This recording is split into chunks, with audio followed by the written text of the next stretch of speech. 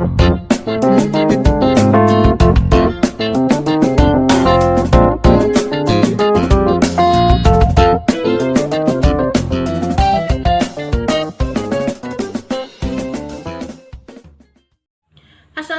warahmatullahi wabarakatuh. Halo teman-teman, kembali lagi dengan saya Cantika Fajar Ramadhani Widyakso. Video kali ini akan saya bawakan itu bertema tentang airborne diseases, yang dimana penyakit menular melalui udara. Nah, pada video awal kan kita sudah sempat membahas atau menyinggung sedikit tentang coronavirus yang merupakan penyakit menular melalui udara. Nah, video kali ini akan saya bawakan itu adalah cacar air. Yuk kita simak baik-baik. Airborne diseases merupakan penyakit menular yang ditularkan oleh penyebaran melalui udara dari waktu ke waktu, yang dimana penyakit ini disebabkan oleh patogen yang bisa menyebar melalui udara dalam ukuran kecil. Salah satu contoh kasus yang disebabkan oleh penyakit menular melalui udara ini yaitu penyakit cacar air yang disebabkan oleh virus Varicella zoster. Cacar air adalah penyakit kulit akibat infeksi virus yang menyebabkan timbulnya bintik kemerahan yang berisi cairan gatal pada seluruh tubuh si penderita. Infeksi ini juga dapat menyerang selaput lendir, membran mukosa, seperti di mulut. Cacar air disebabkan oleh virus Varicella zoster. Virus ini biasanya menyerang di masa anak-anak, akan tetapi tidak menutup kemungkinan seseorang baru terkena penyakit cacar air pada usia dewasanya. Terlebih lagi, cacar air yang terjadi pada usia dewasa bisa saja menimbulkan gejala dan komplikasi yang serius, terutama bila mereka belum mengalami cacar air sebelumnya. Setelah sembuh dari cacar air, virus penyebabnya dapat bertahan dalam tubuh kondisi inaktif. Sewaktu-waktu, virus ini bisa kembali muncul untuk menginfeksi dan memicu penyakit cacar api atau cacar ular yang disebut dengan herpes zoster. Herpes zoster ini dapat mengakibatkan komplikasi cacar yang berat. Mekanisme cacar air. Virus Varicella zoster ditularkan melalui percikan ludah atau droplet penderita atau melalui benda-benda yang terkontaminasi oleh cairan dari pelepuhan kulit, misalnya pakaian. Penderita bisa menularkan penyakitnya mulai dari timbulnya gejala sampai lepuhan kulit yang telah mengering. Penyakit cacar air juga dapat disebabkan oleh infeksi herpes Varicella zoster dan merupakan penyakit menular secara langsung maupun secara tidak langsung. Kontak langsung dapat terjadi melalui cairan pernafasan dan kontak langsung dengan si penderita cacar air.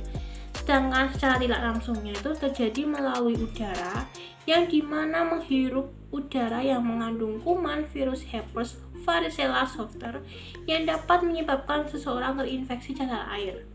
Penularan cacar air ini juga terjadi ketika menyentuh dengan sengaja maupun tidak sengaja bagian lighting yang sudah pecah.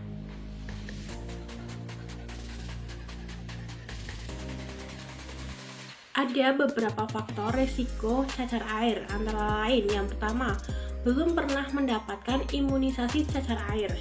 Yang kedua, belum menerima vaksin cacar air, terutama untuk ibu hamil. Yang ketiga, bekerja di tempat umum, seperti misalnya di sekolahan, perkuliahan, atau rumah sakit. Yang keempat, orang yang melakukan kontak kulit langsung dengan penderita cacar air. Yang kelima, memiliki sistem kekebalan tubuh yang lemah karena penyakit atau obat-obatan tertentu.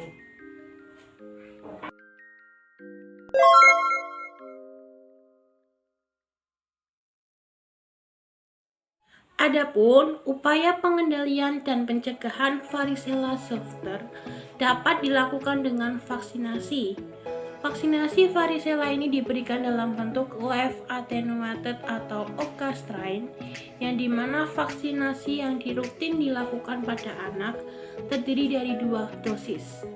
Dosis pertama diberikan pada anak yang berusia 12-15 bulan, sedangkan dosis yang kedua diberikan pada anak yang berusia 4-6 tahun. Untuk anak yang belum pernah divaksinasi atau memiliki riwayat varicella zoster, itu ada 2 dosis vaksinasi sebaiknya diberikan dengan interval 28 hari. Vaksin varicella zoster dapat diberikan bersamaan dengan vaksin lainnya. Vaksin diberikan melalui injeksi subkutan pada area deltoid atau anterolateral paha. Adapun pengendalian lainnya itu dengan menggunakan obat-obatan, kemudian mengonsumsi vitamin dan lebah, madu, serta air kelapa. Yang selanjutnya itu ada pemakaian bedak, kemudian mengonsumsi obat paracetamol. Kemudian hindari pemakaian dari pakaian yang secara bergantian. Yang terakhir, terapi infus tujuannya untuk mengurangi rasa gatal agar bintik-bintik tersebut tidak pecah sebelum waktunya.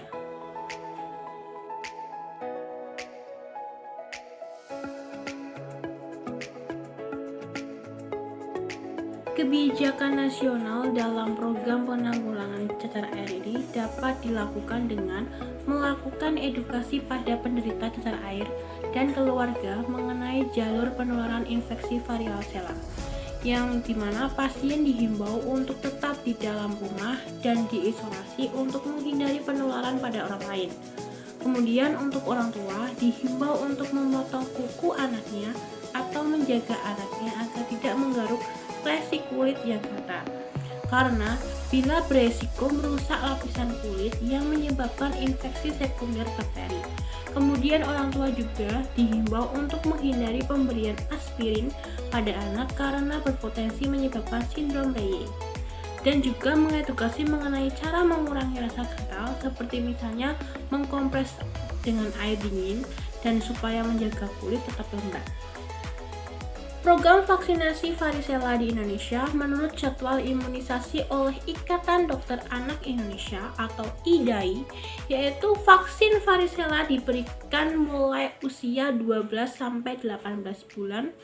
Pada pasien yang berusia 1-12 itu, dosis kedua vaksin dapat diberikan dengan interval 6 minggu 3 bulan.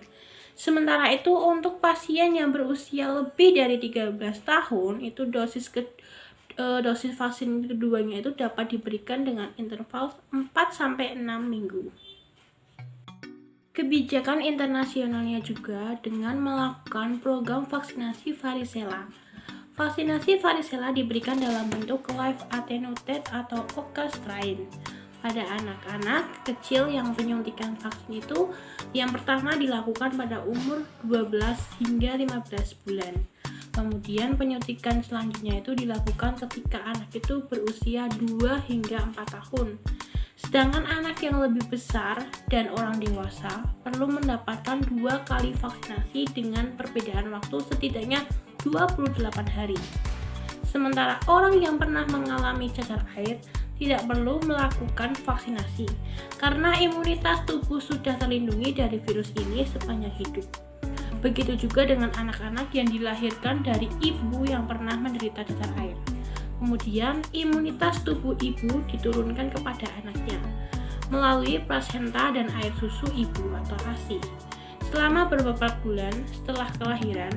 Di sisi lain, vaksinasi cacar air ini tidak dianjurkan bagi ibu hamil, orang-orang yang memiliki sistem imunitas rendah atau lemah, serta juga orang yang alergi terhadap gelati atau antibiotik neomycin.